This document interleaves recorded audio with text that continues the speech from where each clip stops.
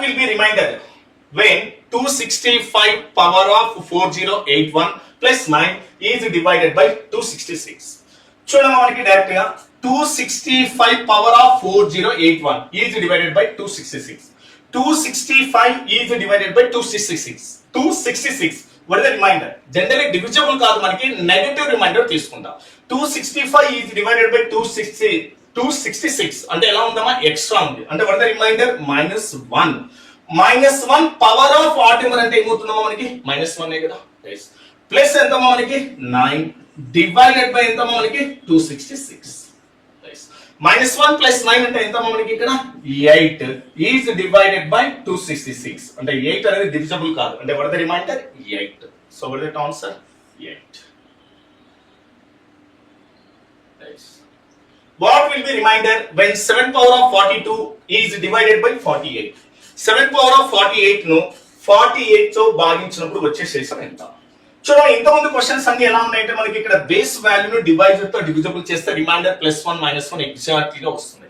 ఇప్పుడు ఆల్రెడీ 7 అనేది 48 తో డివిజిబుల్ అవుతుందా? కాదు. బట్ దీన్ని నేను చేంజ్ చేస్తామా, 7 ఏం రాయొచ్చు 7 స్క్వేర్ అంటే స్క్వేర్ అంటే 42 2 లో ఎన్ని టైమ్స్ పోతుందమ్మా మనకి ఇక్కడ 21 కదా.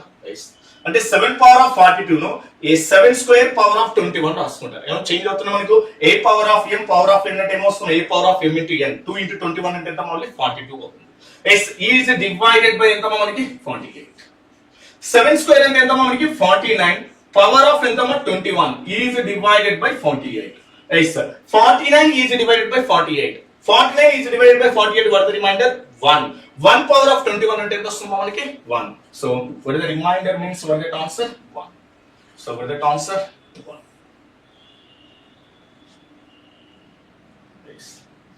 A sum becomes 27 times in 3 years compounded annually at a certain rate of interest. Calculated annual rate of interest. ఒక పెట్టుబడి 3 సంవత్సరాల్లో చక్రవడ్డీ ప్రకారం 27 రెట్లు పెరిగితే సంవత్సరానికి వడ్డీ శాతం ఎంత ఉంటుంది? ఎస్ సార్ చక్రవడ్డీ ప్రకారం ఏమవుతుందమ్మా మనకి ఎలా రాయొచ్చు మనకి అమౌంట్ బై ప్రిన్సిపల్ అంటే 1 రూపీ ఎన్ని టైమ్స్ అయిందమ్మా 27 టైమ్స్ అయింది అంటే అప్పుడు ఏమవుతుందమ్మా సో ప్రిన్సిపల్ ఎంతమ్మా మనకి 1 రూపీ ఈ 1 బికమ్స్ ఎంతమ్మా 27 టైమ్స్ ఎన్ని ఇయర్స్ లో అవుతుందమ్మా మనకి 3 ఇయర్స్. ఇప్పుడు ఇది కూడా ఎగ్జాక్ట్లీ గా మన క్యూబ్ లో ఉంది కదా. ఎస్ 27 ఎలా రాయొచ్చు డైరెక్ట్ మనకి 3 బై ఏమవుతుందమ్మా 1 ఇదేంటమ్మా ప్రిన్సిపల్ ఇదేంటమ్మా అమౌంట్. సో మనకు వడ్డీ రేటు కావాలి. సో వడ్డీ రేట్ ఆఫ్ ఇంట్రెస్ట్ ఏంటమ్మా మనకు ఇంట్రెస్ట్ బై ప్రిన్సిపల్ ఇంటూ 100 కదా. ఎస్ 1 అనేది 3 రూపీస్ అయింది అంటే అప్పుడు ఎంత ఇంట్రెస్ట్ యాడ్ అయిందమ్మా మనకు 2 రూపీస్ కదా. సో ఈ అమౌంట్ నుంచి ప్రిన్సిపల్ పోతే ఎంత వస్తుందమ్మా మనకు సో ఇంట్రెస్ట్ వస్తుంది. సో ఈ 3 లో 1 పోతే ఎంతమ్మా ఇంట్రెస్ట్ 2 బై ఎంతమ్మా ప్రిన్సిపల్ 1 పర్సెంటేజ్ మీన్స్ ఎంతమ్మా మనకు into 100. So what is the answer? 200%. Okay so what is the answer? 200%.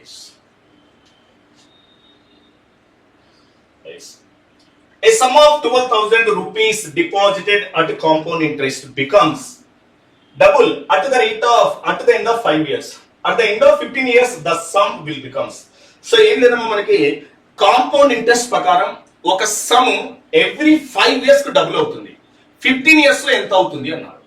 చూడమ్మా మనకి ఫస్ట్ 1 రూపీ అనుకుంటే ఈ 1 అనేది ఏమవుతుందమ్మా డబుల్ అయింది ఎన్ని ఇయర్స్ లో మనకి 5 ఇయర్స్ లో. సో ఇప్పుడు ఏంటమ్మా ఎవ్రీ 5 ఇయర్స్ కి డబుల్ అవుతుంది కదా. ఇది ఫస్ట్ 5 ఇయర్స్ కి నెక్స్ట్ 5 ఇయర్స్ కి నెక్స్ట్ ఏంటమ్మా 2 డబుల్ అంటే ఎంతమ్మా 4 నెక్స్ట్ 5 ఇయర్స్ కి 4 డబుల్ అంటే ఎంతమ్మా 8. 4 డబుల్ ఎంతమ్మా 8 మొత్తం మనకి ఎన్ని ఇయర్స్ అమ్మా మనకు 15 ఇయర్స్. ఇప్పుడు మొత్తం ఇయర్స్ ఎంత అయిందమ్మా 15 ఇయర్స్ అంటే ఒక సమ్ అనేది 15 ఇయర్స్ లో ఎన్ని టైమ్స్ అవుతుందమ్మా 8 టైమ్స్ అవుతుంది. అంటే మన కాడ సమ్ ఎంత ఉందమ్మా మనకి ఇక్కడ 12,000. ఈ 12,000 నెక్స్ట్ ఏంటమ్మా మనకు 15 ఇయర్స్ లో ఎన్ని టైమ్స్ అవుతుంది 8 టైమ్స్ అంటే 12,000 into 8 అంటే so what is the answer? 96,000 rupees అవుతుంది. So what is the answer? 96,000.